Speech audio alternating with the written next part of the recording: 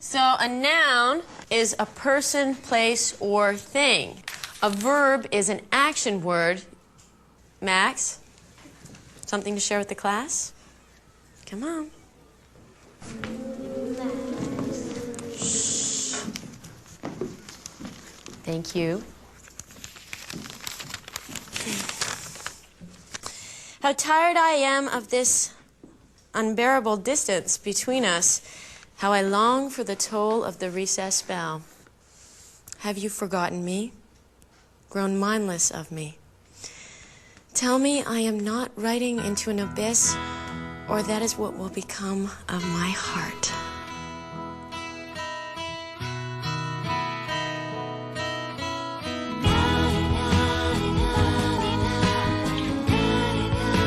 Help provide books to schools in dire need. Support the Indigo Love of Reading Fund.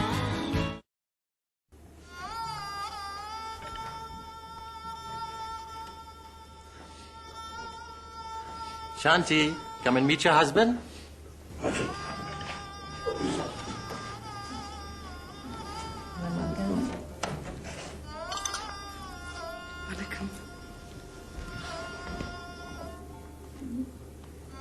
Say hello to Raju.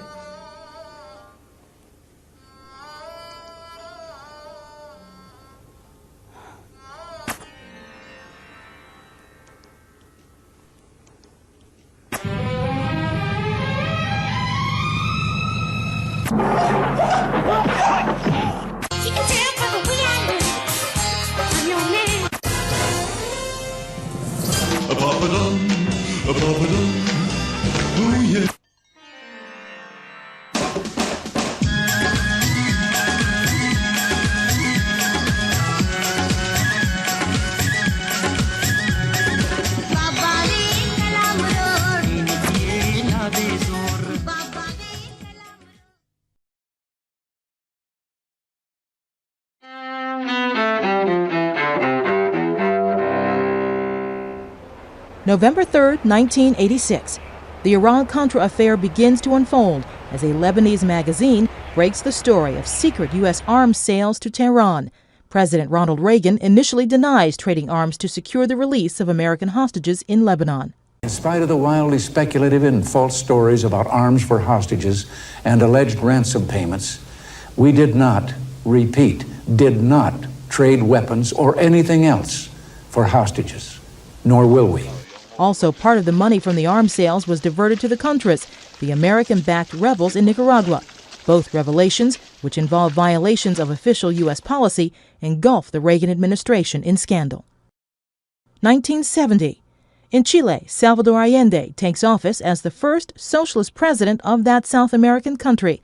Allende, who faces U.S. opposition while in power, dies when a military coup overthrows him a few years later. 1992. In Illinois, Carol Moseley Braun becomes the first black woman elected to the U.S. Senate. And 1998. A political body slam in Minnesota. We've shocked the world. Minnesota leads the way. Where former pro wrestler Jesse Ventura wins the governor's race in an upset. Today in history, November 3rd. Carlotta Bradley, The Associated Press. In setting the example for the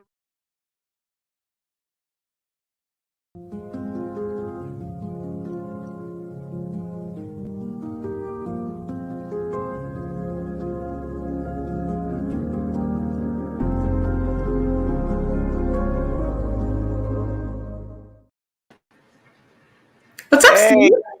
Stephanie, how are you? I'm good. I'm liking your background today. Where are you? Moving up? We have a new studio. It's called Biltmore Studios here in downtown Massapequa. Nice. How you like it? I'm liking it. It's a good little spot there you got going there. How's my voice? How's my voice? You're loud and clear. You are ready to get on with the show and we have an amazing guest for all of you that are watching tonight. So some good stuff going on today. Yes, we do. This is Kick Unhealthy Relationships to the Curb. That's Stephanie McPhail. I'm Steve Vaccaro here every Wednesday from 5 to 6 p.m. Eastern Standard Time. And Stephanie's an author. And Stephanie, tell everybody out there the great book that you have. Sure. So I'm the expert in helping brilliant women date up. And what that means is I help women stop the cycle of toxic relationships, especially the ones who are successful in every other area of their lives except for relationships. And I shared my story in my book, Being Loved Shouldn't Hurt, because I know how often so many other people are successful. They're doing well. Things are going well for them in everything else. And they wonder why things are not working out well for them in their romantic relationships. So I share my story of overcoming along with the stories of other people who have overcome, and not just overcome, but are now thriving after toxic relationships, so that others can be inspired to do the same. I also have a workbook as well. So if you're looking for specific tools, definitely get the workbook to help you move through the steps. Yeah, it's a great book, and you do such outstanding work. And our network, we have over 20 shows that are doing outstanding things too. But Halloween just came and went. How was Halloween in the McPhail family there? Well, we loved getting dressed up, and we're big superhero fans. So we got dressed up and had a little party at our house, had a blast. There we go. Look at that. Captain America. Captain America, Captain Marvel. Who knew they had a thing? But I mean, I guess it kind of makes sense. They're both captains. And then there's little mini Marvel and Spider-Man. He used to be Batman, but he's now a little bit more leaning towards Spider-Man. So the Marvel universe is all in one house.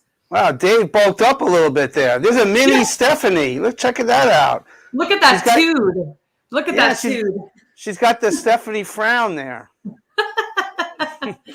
Oh, she's a sassy one, that little girl. So I snapped that picture because she was looking. I don't even remember what she was angry about, but she was upset about something and was not afraid to let me know. Wow.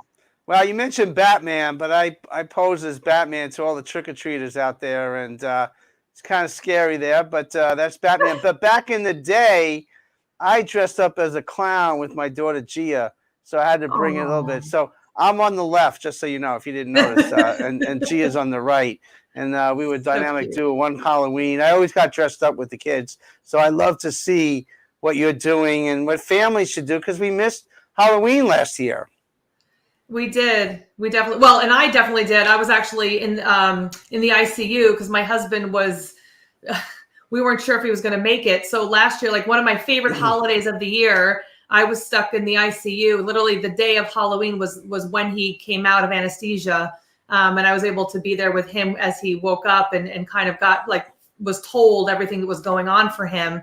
So it was definitely not a Halloween last year. Right. And we actually, one of our shows, we interviewed the nurse that was on that unit, and that really helped you guys tremendously. Yeah, he was a great guy. And the fact that he came to visit, and we still keep in touch. We're looking to hang out and do stuff. So he was really great, really instrumental in having, when you're laying in a hospital bed for weeks. I mean, Dave was in there for over a month in one sitting, one laying, I guess, if you will. And other times throughout from August all the way until December was in and out of the hospital. You kind of messes with your head after a while. You're not with your family, you're sick, things are happening to you that you've never had to experience before in your life. And having that, that nurse, and of course other nurses as well, come around and check in. They weren't even working sometimes. They would just check in on him, see how he was doing, really made him feel like a person and made him feel like he mattered. So that was really helpful for him when he was struggling.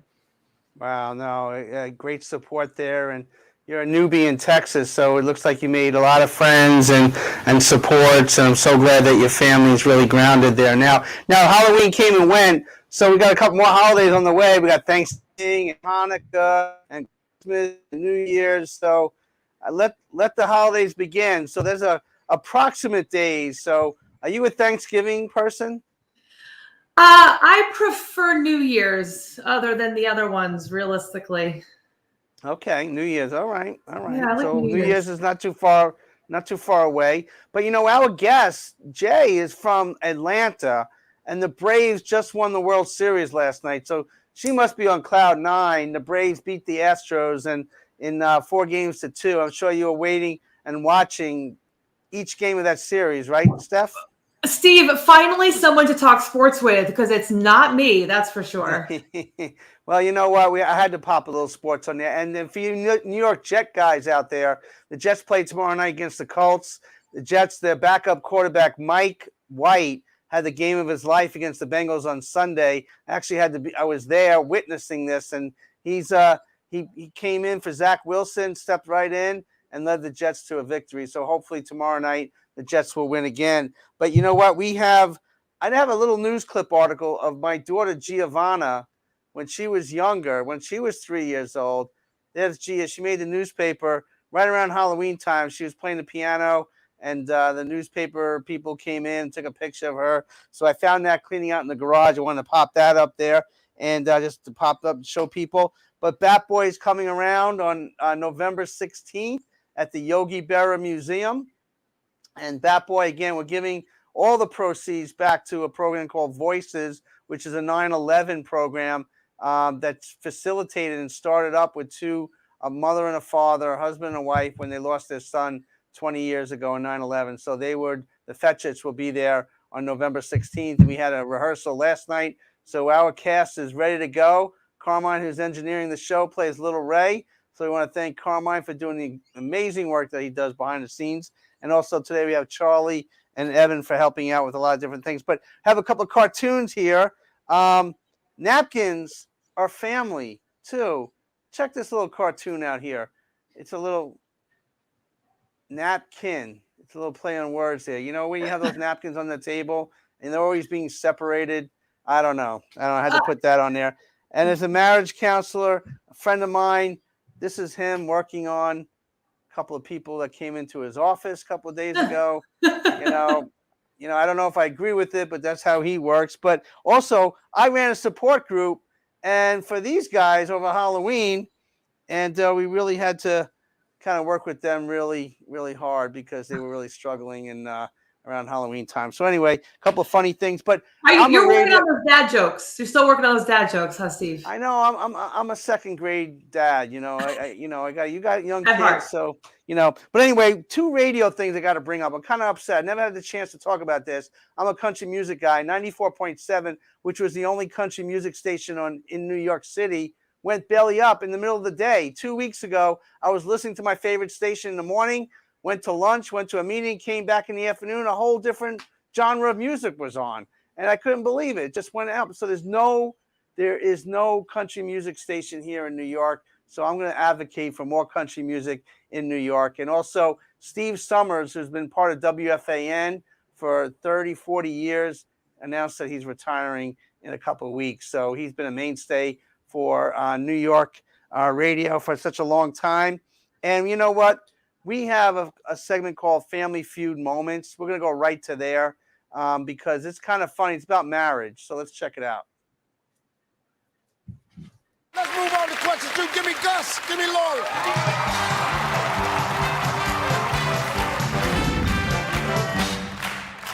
Top 7 answers on the board. We asked 100 married people. Name a board game that best describes your marriage. Monopoly. Monopoly. Life. Life. We're playing.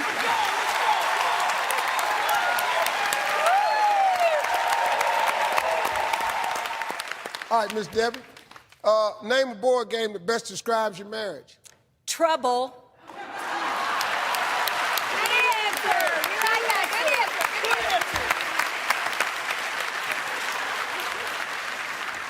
Why we always got to be in trouble, Dale? I don't know. Man, just why do men? It's just all of we in trouble. Why? Why are we always in trouble? The wife ain't ever in trouble unless you spend too much money. And then you whine about that, and then we just shut up. Damn shame. Trouble!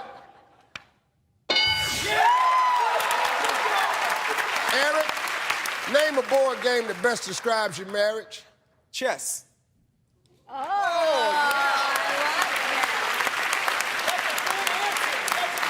Gotta make a good move. All of his answers are really good. They'd be a little bit too heavy. But they be good answers. Chess. All right, Delvin, only one strike. Name a board game that best describes your marriage. Steve, I'm gonna say Scrabble. Scrabble.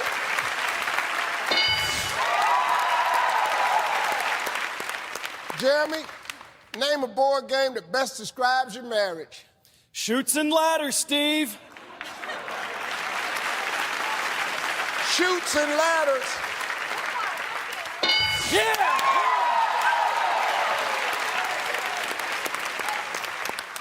Lori, name a board game that best describes your marriage. Well, I'm not very good at this, but sorry. Good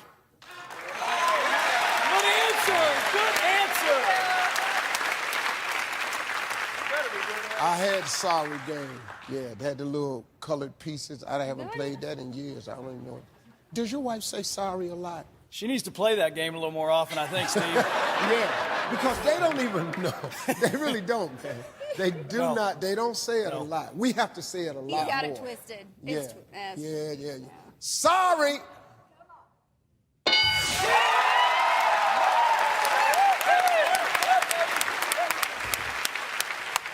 Miss Debbie, there's one answer left. You can clear the board and you only got one strike. Name a board game that best describes your marriage.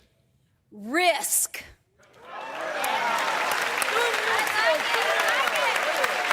Risk.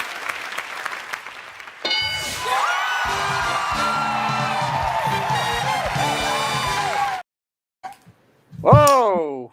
That was good. Not good, right? Very good, right? That's a marriage. They got them all. Here's what I mean. I thought it was really great that the family could do that, but I was just wondering, are you getting in trouble a lot at home, Steve? Is this something we have to do a show on? Oops. How'd you pick that out? You were too smart.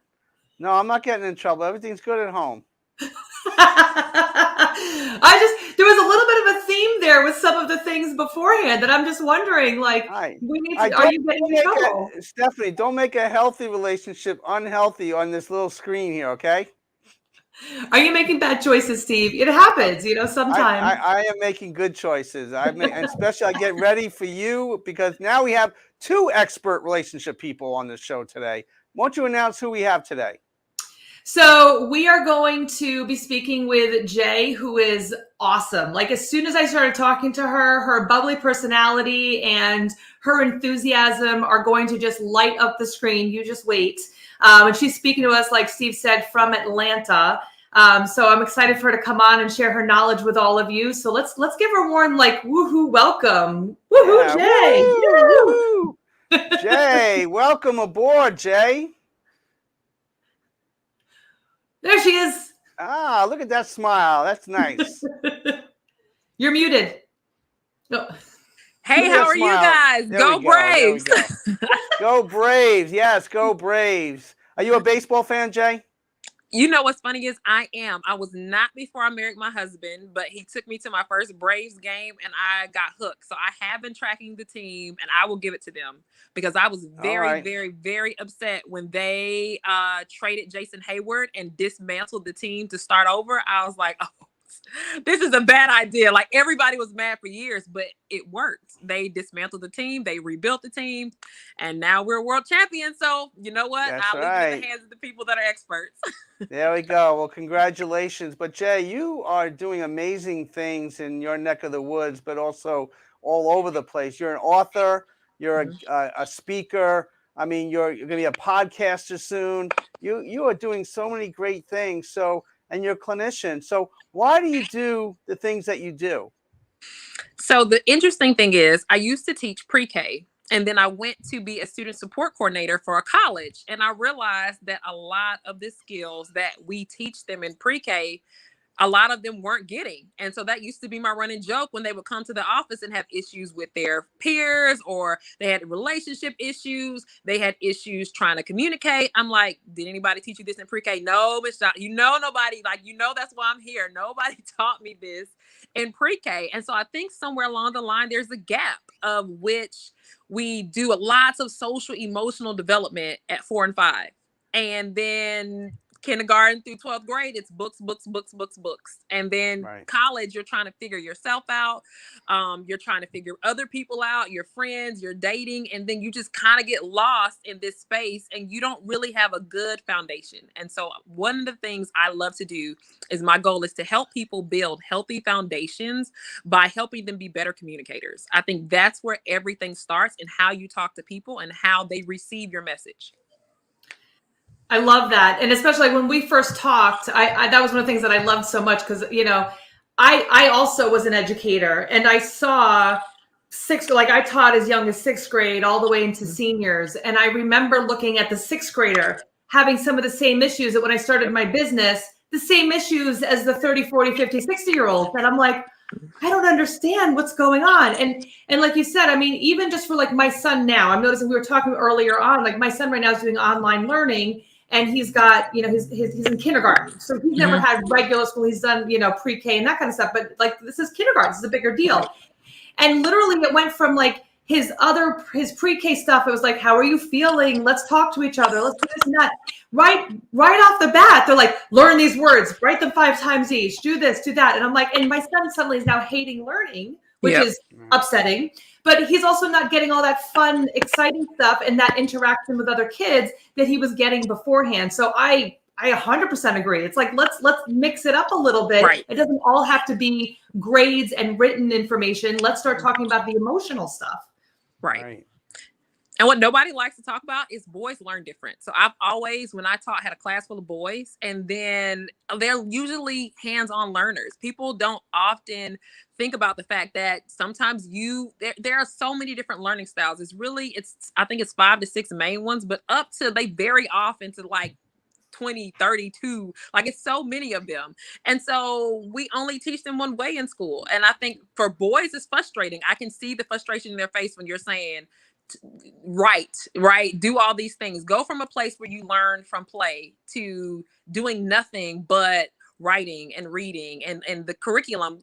It was interesting because my husband makes a joke, like he's like, oh, does that school have Lucy Calkins? Great curriculum if you like to write and draw pictures. My kids did not. And so they were doing like your son. Why are you sending me to school? Like, do I have to go today? I saw him go from loving learning to really not understanding what was going on. I'm going from this place where I'm hanging with my friends. I'm learning through play. I'm learning to touch and feel and about the world in this very interactive way, to going to kind of this monotonous, stoic way of which I should regurgitate information. And the kids do not like it. There's a gap there. We actually got a letter when I taught pre-K from the kindergarten teachers saying your kids are smart. Academically, they know everything. They know everything we need them to learn and beyond for kindergarten. But socially and emotionally, they are lacking a lot. They are really, really regressed in this area. And I think it's because we've now focused on academics and we haven't really focused on the holistic part of a human being, right? Like as a human, yes, I'm smart. I mean, we know as adults, who checks their no job after your first one, if they ever do, check your grades. They just want your transcript to see if you've completed. And so we are really missing this piece of what this kids' skills need to be in life. What are your life skills? Like when you're talking peer interaction, when you're talking how to interact with the world, those are skills you will carry beyond kindergarten. One of my professors said something that stuck with me. She said, I'm raising my kid for the type of young adult I want him to be. And for the person I want to put out into this world. And that changed the way I thought about parenting. I don't want my kid is not going to be a kid forever. How is he going to interact in the world after I'm no longer there to help guide his decisions? Agreed. Well said. It's kind of along these lines. Literally yesterday, this was like one of the cool things about social media. I had a former student of mine when I taught high school. She must have graduated like 8 years ago, something like that. But she went out of her way to find me on social media to thank me for being, and I honestly barely remembered her, to be really honest, because I had hundreds and hundreds of kids. But, after we started talking, I'm like, okay, I vaguely have a vague memory. But she was like, I just want to thank you for being my favorite teacher because you made me feel heard. I felt like I could come to you and talk to you at a time when I couldn't talk to anybody else. Nobody really understood me and what I was going through. And, I've heard that over and over again over my years. I taught for 17 years. And it's sweet, but also really sad to me that there was no place for these kids to go to and have these kinds of safe feelings and feel heard in these types of environments where school was just get the grade. And I would say to kids, I'm like, I honestly don't care about your grade. I care about you achieving and learning. And I was a health teacher, so I got to do a little bit more of the fun, like meditation and fun, cool stuff. But I was like, there should be more of this, not less of this. Right. And as a psychologist in the school system, sometimes you work with the kids with special needs and they have ADHD or some sort of conduct, diagnosis disorder. But all they need is a time to express themselves a little bit more. Transitioning from class to class could really be a task for them. And they just really need to decompose and to kind of just share their thoughts on what's going on. And I think we need to do more of that because it's so very important. I mean, it's okay. It's important to know reading and writing and math, but it's also the feelings behind it, the emotionality behind it also brings out what's going on at home. So it's very important to tap into that. Very true. Very true. A lot of times we don't think about the kids bring their home life into the classroom. And I think you said a couple of important things. The big term now is, which I love, is neurodiversity. This is big in the schools because I'm a school-based therapist right now. I'm a trauma school-based therapist. And this is what we're seeing. I was on a call and they basically said trauma, if it were a drug, would be an epidemic. And we need to go ahead and start to look at it as such. And so what's happening is in the school, the kids do have ADHD. They do have struggles with the transition. That is like huge.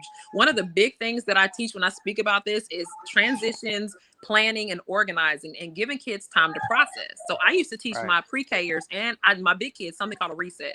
You take 2 minutes, 2 books, and come back with a different plan for your day. Because sometimes we don't teach them to take a break. If you're having a rough day and it's not going well, you just may need to breathe, say, okay, what I'm doing now isn't working. What can I do to make the rest of my day go well? And I teach you can do this any time of the day. If it's 4 o'clock and your day is just like, it's like, you know what? I need a reset. I've told my kids, hey, look, mommy needs a reset. Okay. Come back to me in 30 minutes and we'll be fine. I need some time to just regroup. And back to what you were saying, Stephanie, about kids feeling unheard.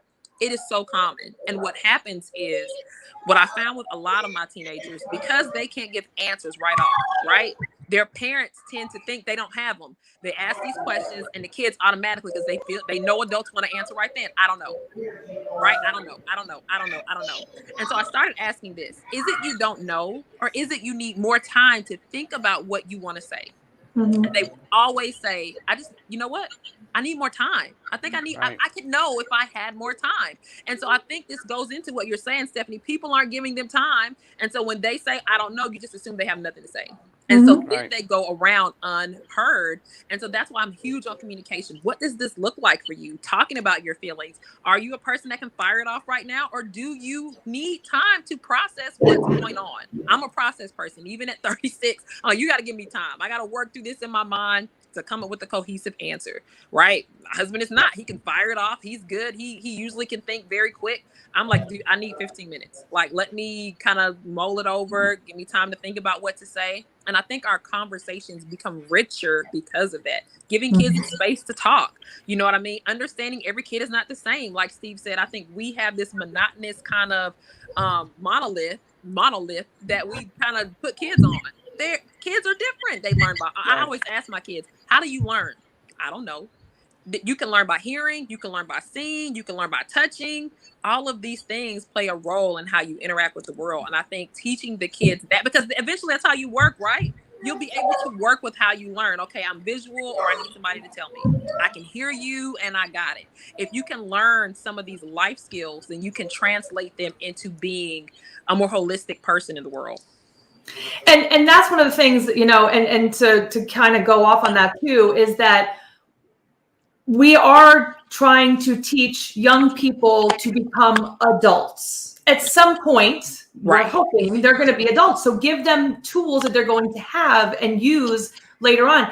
Every adult has a bad day. Every adult has stress that comes up. So how do you deal with that stress? Do you let that stressor bother you for the whole rest of the day? Does it take 3 weeks? I mean, I've had clients where something bad happens one day, 3 weeks later, they're still angry about that one stress that happened 3 weeks prior. So, what are we teaching them? And so, kind of on the same note, for me, I was teaching kids, like the school psychologist was coming in, they're like, what are you doing in class? And I'm like, well, what do you mean? They're like, kids are coming in and talking to me about all these cool things. And we talked about coping skills.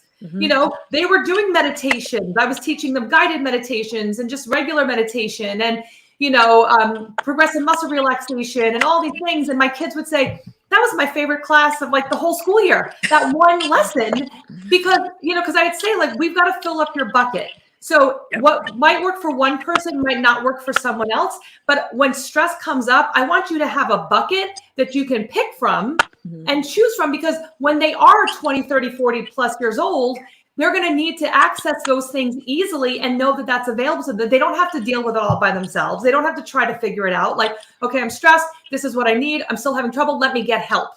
Yep. Because we're not teaching those kids to get help either. Figure it out on your own, or there's something wrong with you. No. Right. Very true. And what's interesting is that's literally the company that I work for. That's their catchphrase right now. It's okay to ask for help. That is like the slogan for the year, because what we saw was not only do they not have coping skills, we're seeing a rise in self-harming behaviors. This is huge right now, especially in the middle school group. And so we're talking to parents in schools about what this looks like. Self-harming, they don't have the coping skills. They're struggling to think about coping skills. So I love what you said about teaching them to fill up their bucket. Everything doesn't work for everybody. When I was at the college, I used to have a poster on my door that said 101 ways to de-stress.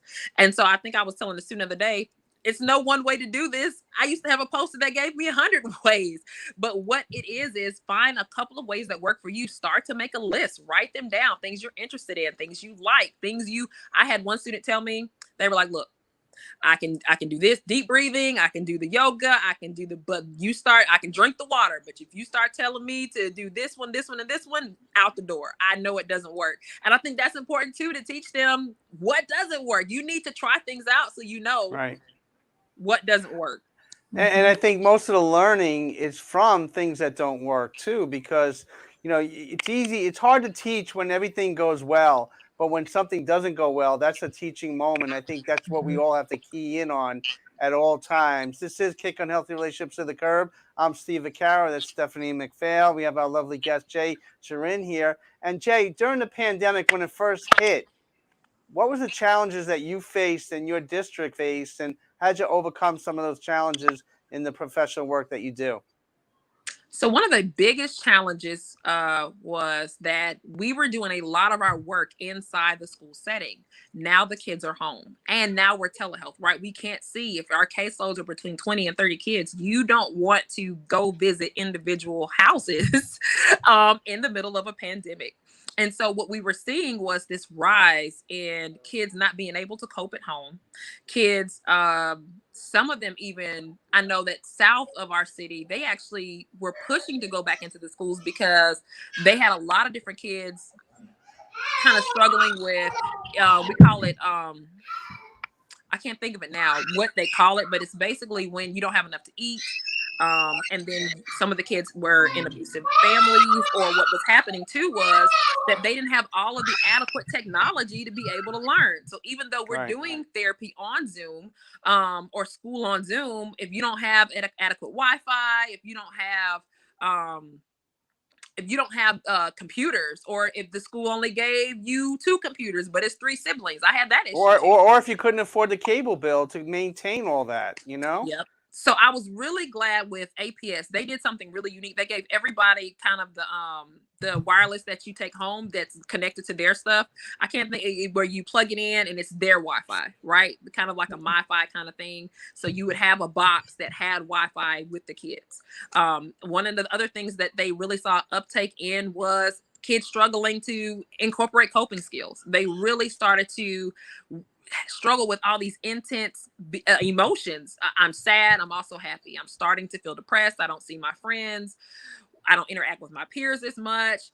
Academic work started to really, kids that were like, if I need to see you, touch you, feel you, some of their work started to decline. And so they had to decide as a district, what do you do when kids that were A students are no longer A students? We saw a rise in anxiety. So we did a lot of talks about helping kids work through their anxiety during a pandemic, because if I've always made A's and B's and now I'm making C's, D's, and F's, you know what I mean? I'm learning from home. I'm staring at a screen for hours on end, or I'm trying to run through a packet. Mom and dad are working. They had homework helplines in place. So they really try to mitigate some of the things, but if you're home and your parent is working from home, they don't have time to stop and help you with schoolwork like your teacher would.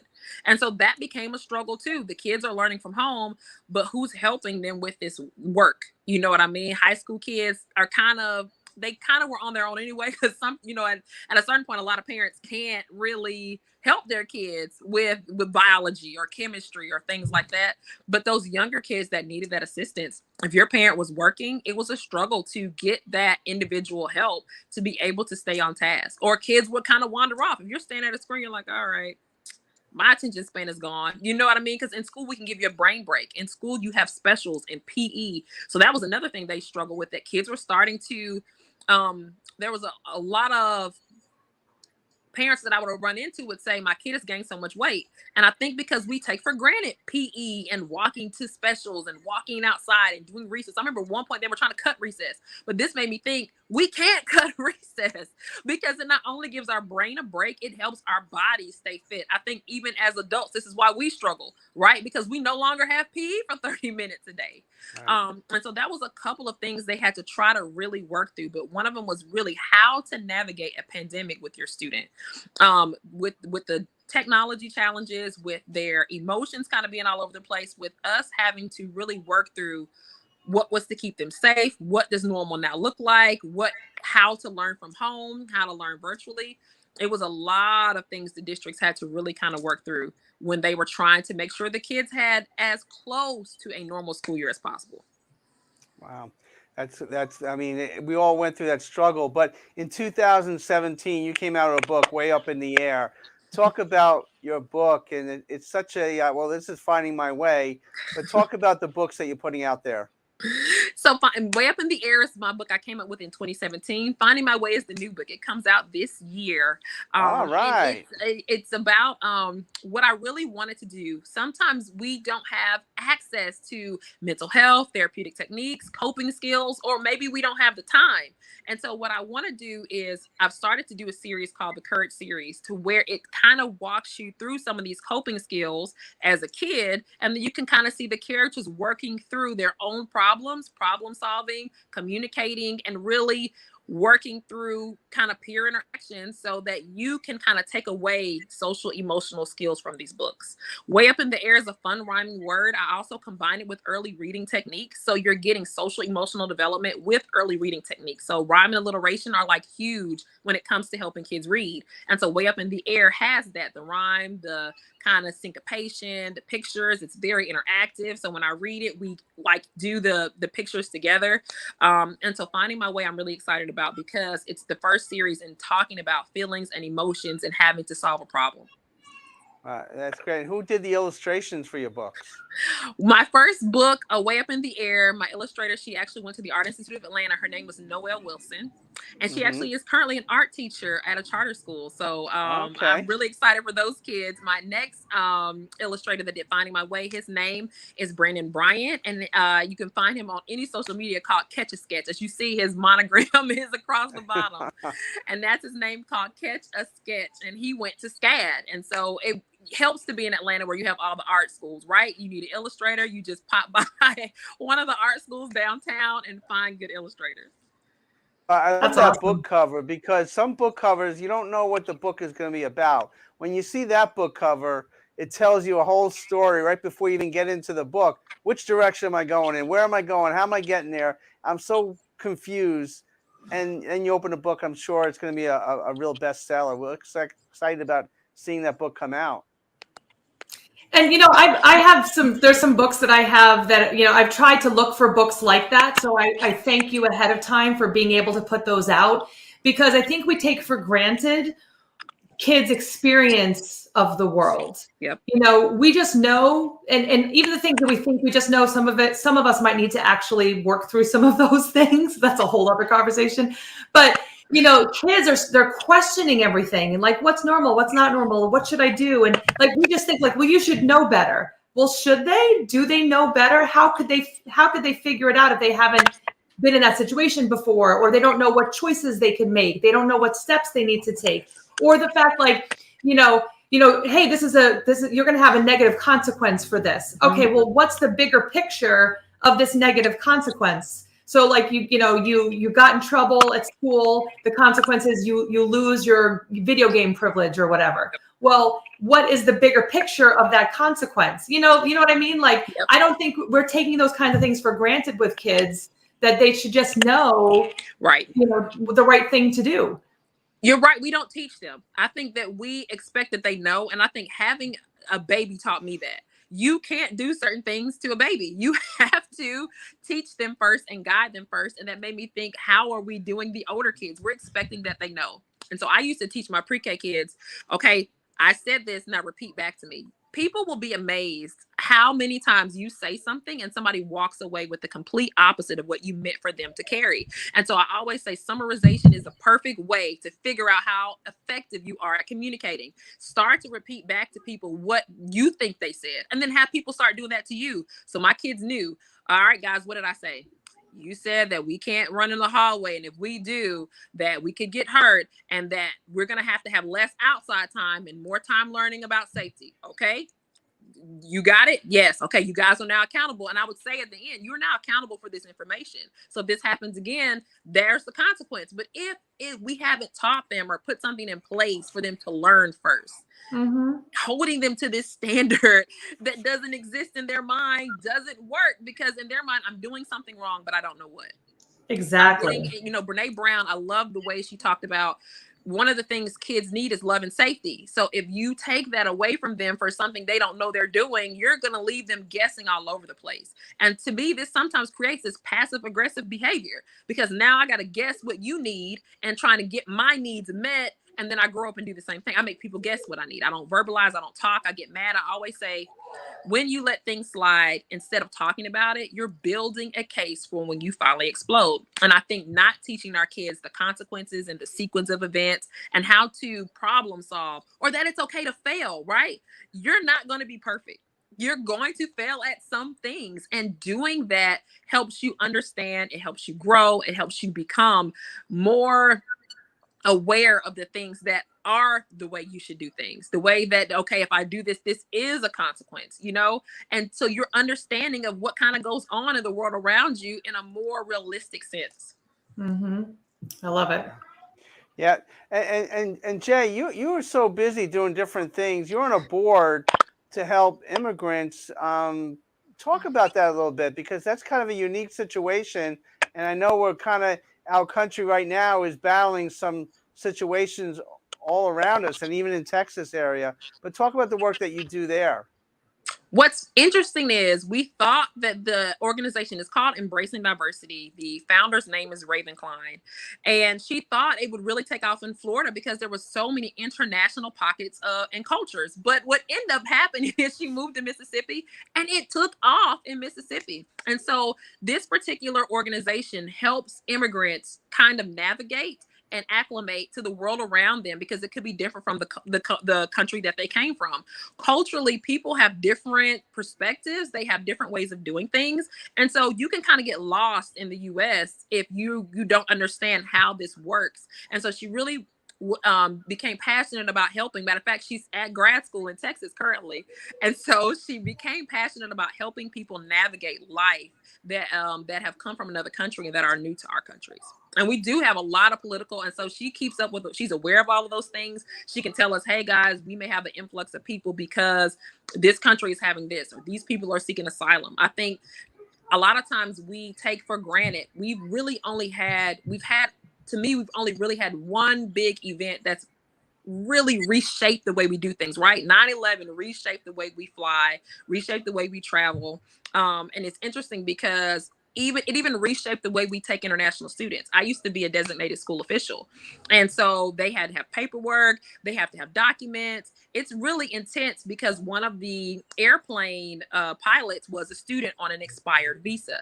And so they even make you take a test to talk about what does this look like when you're letting international students in. So I think we have this one event. And so our country, for the most part, we haven't really had to readjust, but other countries have. People literally come to our country seeking asylum. And I think we don't understand how often this happens in other countries. I had a coworker that said, we considered another country closer to us. They were from Venezuela. She said, but what happens when that political government, they were probably, she said 1 to 2 elections away from that political government being overthrown and in political unrest. So we ran to the US because their government is stable. And it's, and so that's kind of where this organization looks when people come into our country. How do we help them navigate life here? And that's interesting because, I taught in the school district where I used to teach. We had a lot of kids. I mean, the stories, and I love listening to people's stories. I love listening to my students' stories. Like, I think that's what makes each one of us individuals. And I think that's so cool. So whenever kids would start telling me, I'm like, oh, tell me what it's like in your country. Tell me what it was like coming to America. So they would get to share in the class some of the experiences they had.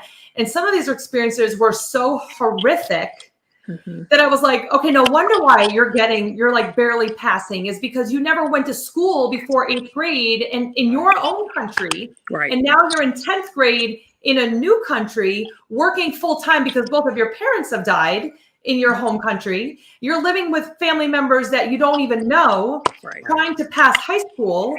And yeah, no wonder why this is nuts. And, and I was thinking too, even as someone, my mother was from France.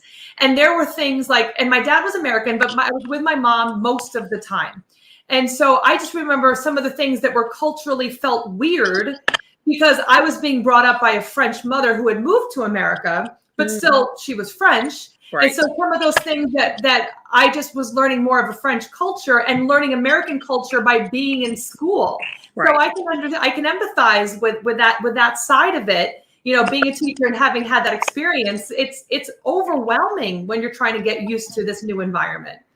Right. And it can be overwhelming. And we take, not even take for granted, but we don't understand how much trauma plays a role in a lot of these things. And so that has been my new thing, is trauma-informed parenting, because a lot of times these behaviors, not doing well in school, not following directives, lashing out, moodiness, irritability, all of those things a lot of times can be linked back to some kind of trauma somewhere along the line, whether it's, when we do our CPSS scale, one of the questions is, are you from a war-torn country, or is it terrorism?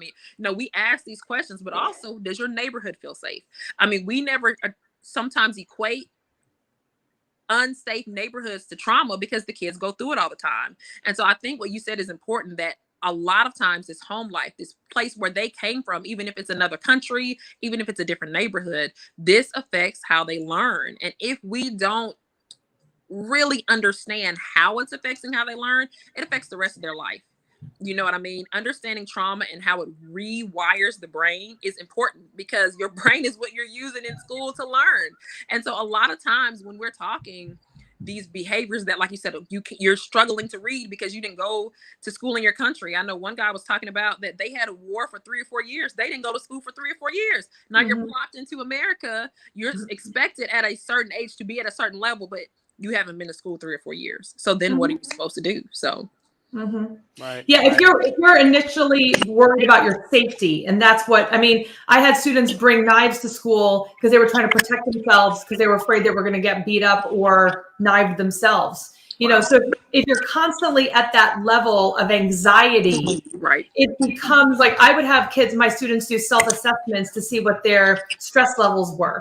And it was actually a real test given by psychologists. But like I say to kids, I'm like, listen, I'm not a psychologist. This is just to kind of see where you're at. It's not an exact science, but let's just see. And anything over 150 on the scale was considered high.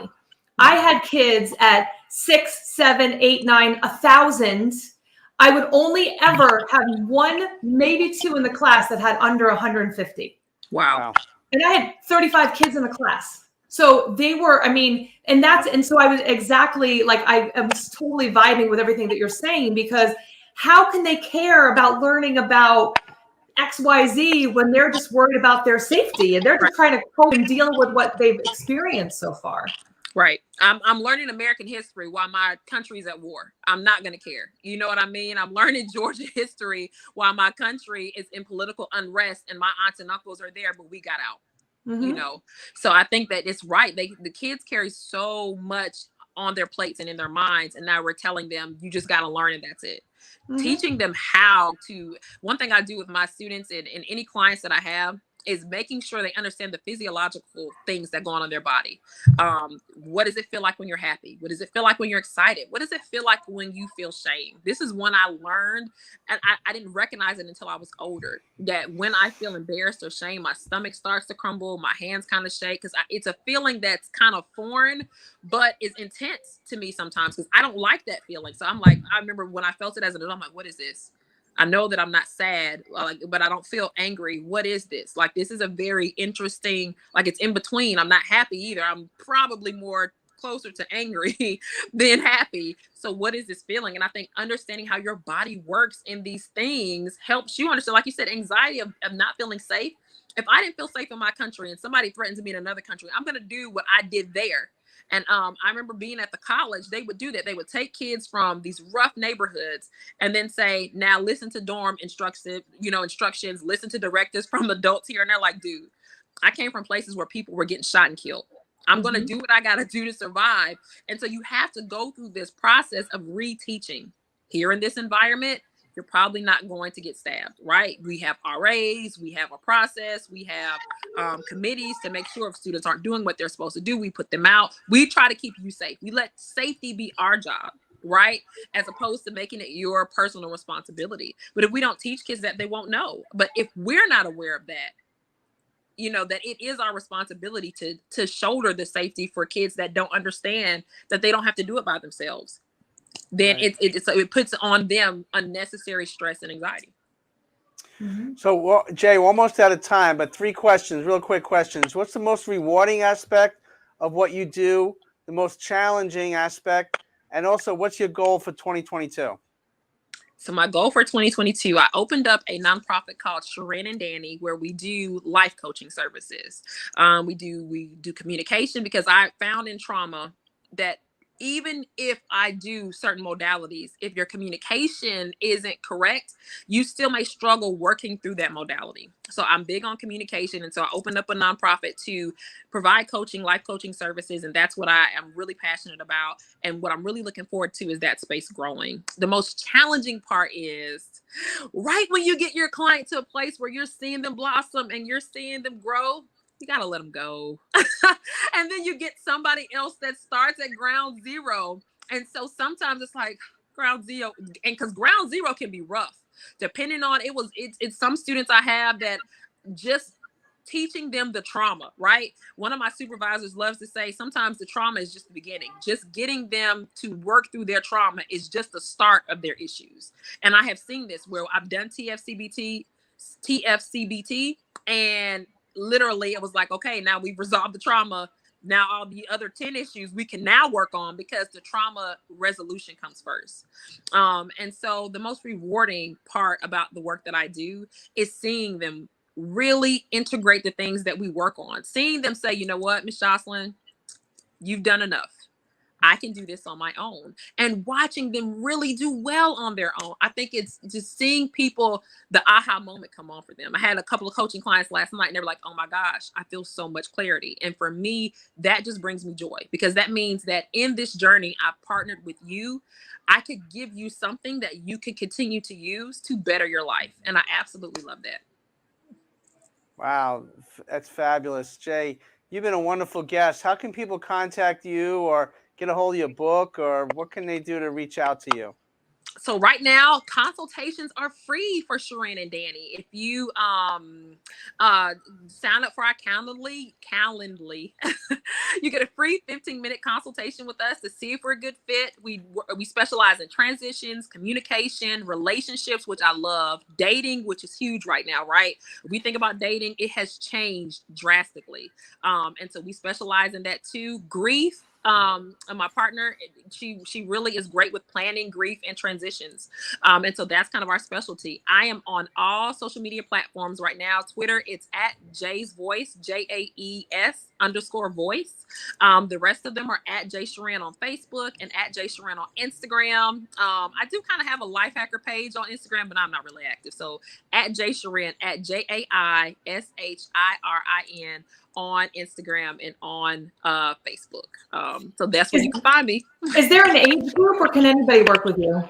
To be honest, no, we don't really have an age group. I've worked with kids. I mean, a lot of times they will sign kids up more for therapy than life coaching. But what I have found sometimes too, if they're having therapy, they just may need the additional support of skill building. So some therapists do skill building, but maybe they need some more intense focus on just skill building. So no, right now we don't have an age limit. Anybody that wants to work with us, they are free to come work with us. I love it. Thank you so much. Jay, you are amazing, amazing. Keep up the great work. And I'm sure we're going to run into you down the road real soon. Yes. Thank you guys for having me. This was awesome. We had a blast. I really, that was great. Wow, that's a great book. It's coming out. Jay, Shrina, thank you so very much. Stephanie, another outstanding guest. I told you, and doesn't she just exudes this beautiful, wonderful energy that's just, you can't help but lean in and listen to what she says because there's just so much passion and excitement. So it was awesome. You know, there's a part of every show that we do. I reach a level of insignificance once we hear our guests and what they do. I hit there like within 12 minutes of what Jay is doing. Amazing work. But, you know, we're all in this together. So, Yes. you know, the thing is, and this is what I've learned even working with my clients and whatever. First of all, we don't compare ourselves to others, number one. But number two is that, you know, everyone is somebody else's best fit. Yes. So, you know, where, you know, Jay's awesome. You're awesome. I'm awesome. But some people might not agree with us. Right. And they might be like, I like this other person better. And you know what? That's okay too, because we want them to find the best fit for them so they get the best and highest results, which is why we get to invite so many wonderful people on here. So people get lots of choices on who they can choose to mentor them and help them get the great results they're looking for. I love it. I love it. Keep up the great work, Stephanie. I mean, together we do this show every Wednesday from 5 to 6 p.m.